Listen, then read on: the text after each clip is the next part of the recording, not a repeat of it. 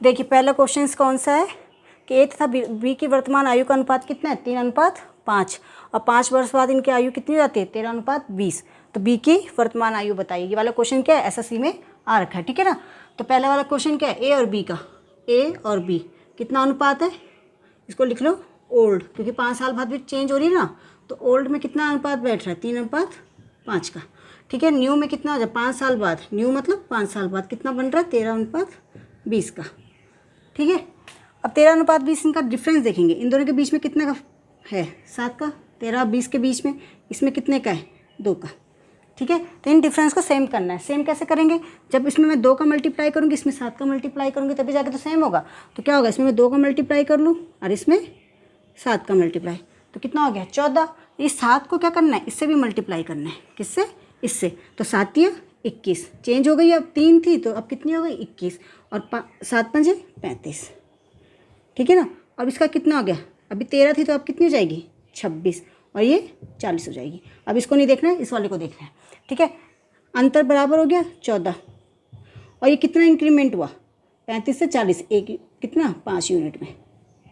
तो 5 यूनिट बराबर कितना है 5 साल, तो 5 यूनिट बराबर 5 साल। तो 1 यूनिट बराबर कितना आएगा, 1 बराबर 5/5 बराबर 1 साल, ठीक है ना। अब क्या आ रहा है, किसका पूछा है उसने, बी की वर्तमान आयु। तो बी कितना है, ये ए है ये बी है, तो बी की कितनी है वर्तमान 35, तो 35 यूनिट बराबर कितना 35 साल। तो ऑप्शन कौन सा हमारा बी वाला सही हो गया, ठीक है ना।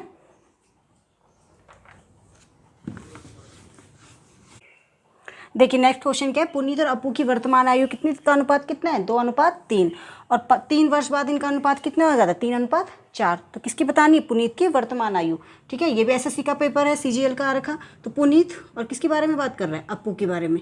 वर्तमान में कितना है 2:3, ठीक है। वर्तमान की बात कर रहे हैं, इसको ओल्ड ले सकते हैं।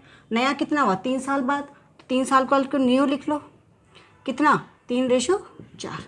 अब देखो इनका डिफरेंस देखो, 1 है यहाँ भी 1 है, ठीक है ना, सेम है डिफरेंस। तो आगे बढ़ते हैं, तो ए कितना यह बन रहा कितना इंक्रीमेंट हुआ 1, तो 1 यूनिट इक्वल टू कितने 3 ईयर्स, कितना आएगा 1 यूनिट इक्वल टू 3 ईयर्स, हो गया। तो 1 यूनिट, अब पुनीत के बारे में पूछा है, वर्तमान यही है इसकी, तो 3 गुणा के 2, पुनीत की कितनी होगी 6 साल हो जाएगी। पुनीत की पूछी तो क्या होगा 3 गुणा के 2 6 साल, तो वर्तमान आयु पुनीत की कितनी है 6 साल हो जाएगी, ठीक है। देखिए नेक्स्ट क्वेश्चन क्या है कि एक माँ और बेटी की वर्तमान आयु का अनुपात कितना है 7:1 और 5 वर्ष बाद कितना अनुपात हो जाता है 4:1। तो किसकी बात तारीख उनकी वर्ष वर्तमान आयु में अंतर ज्ञात कीजिए। तो देखो कितना है, ये क्या है माँ और ये बेटी डॉटर, इसका ओल्ड में कितना है 7:1 और 5 साल बाद मतलब कि जो न्यू बन रही है वो कितनी हो रही है 4:1। अंतर देखो कितना है, इसमें कितना बैठ रहा है 3 और यहाँ अंतर 6। तो क्या होगा, सबसे पहले इन अंतर को सेम करना है। सेम करने के लिए क्या है, मैं 6 को लाने के लिए यहाँ पे क्या कर दूँगी 2 से मल्टीप्लाई कर दूँगी, तो हो जाएगा 6 लेकिन इस 2 का मल्टीप्लाई इसमें भी करूँगी और इसमें भी करूँगी, तो कर दो 7:1 तो ऐसे ही रहेगा, ये कर दिया 4 दूनी 8 और 2 एकम 2, अब हो गया 6 और इसमें भी 6 का अंतर, ठीक है ना। और कितना यूनिट बढ़ाइए 1 यूनिट, तो 1 यूनिट बराबर 5 साल, ठीक है। अब 5 साल हुआ है तो क्या बोल रहा है, किसकी पूछी है उसने, इनका अंतर, तो कितना है 6 है और 5 साल में कितना हो जाएगा 5 गुणा के 6, अंतर ही तो पूछा है, तो अंतर कितना इन दोनों के सबके बीच में 6 का तो है, तो 5 6 30, तो कितना अंतर आएगा 30 वर्ष का अंतर आ जाएगा। ऑप्शन कौन सा है, ए वाला सही हो जाएगा हमारा, ठीक है। ये देखिए नेक्स्ट क्वेश्चन क्या है कि क्या 4 वर्ष पहले ए और बी की औसत आयु कितनी थी 18 और अब वर्तमान में बोल रहे हैं कि ए बी सी की वर्तमान आयु कितनी है 24, मतलब ए बी सी सपोज इनकी आयु ले ली कितनी XYZ, ठीक है XYZ। देखो कितने ए बी सी,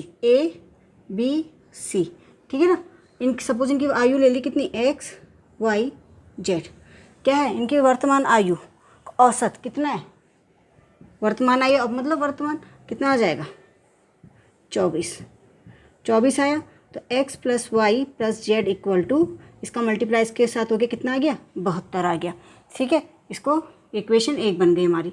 अब बोल रहा है ए प्लस ए, 4 साल पहले ए और बी, तो ए कितना एक्स है, 4 साल पहले जाएंगे तो क्या होगा एक्स माइनस 4। औसत वाई का कितना हो जाएगा, ए और बी का कितना है वाई माइनस 4, औसत कितना निकलेगा 2 इक्वल टू कितना है 18। तो यहाँ जाके कितना हो जाएगा एक्स माइनस 4 है ये, इनको प्लस कर लेंगे X plus Y minus minus plus, तो कितना हो जाएगा एक्स प्लस वाई माइनस 8 हो जाएगा, इधर आएगा 36। तो X plus Y equal to 36 plus 8 कितना हो गया 44। तो X plus Y equal to कितना आ गया 44 आ गया। ठीक है, अब इस 44 को क्या करेंगे, यहाँ पर वैल्यू पुट कर देंगे। तो 44 प्लस जेड इक्वल टू 72। ठीक है, जेड इक्वल टू 72 माइनस 44 कितना आ गया 28। ठीक है, वो कह रहा है 8 साल बाद सी की आयु, मतलब कि जेड के बारे में बोल रहा है, सी की आयु कितनी आ जाएगी, तो 28 में कितना करेंगे 8 साल पश्चात मतलब जोड़ना है, तो कितना आएगा 36 वर्ष।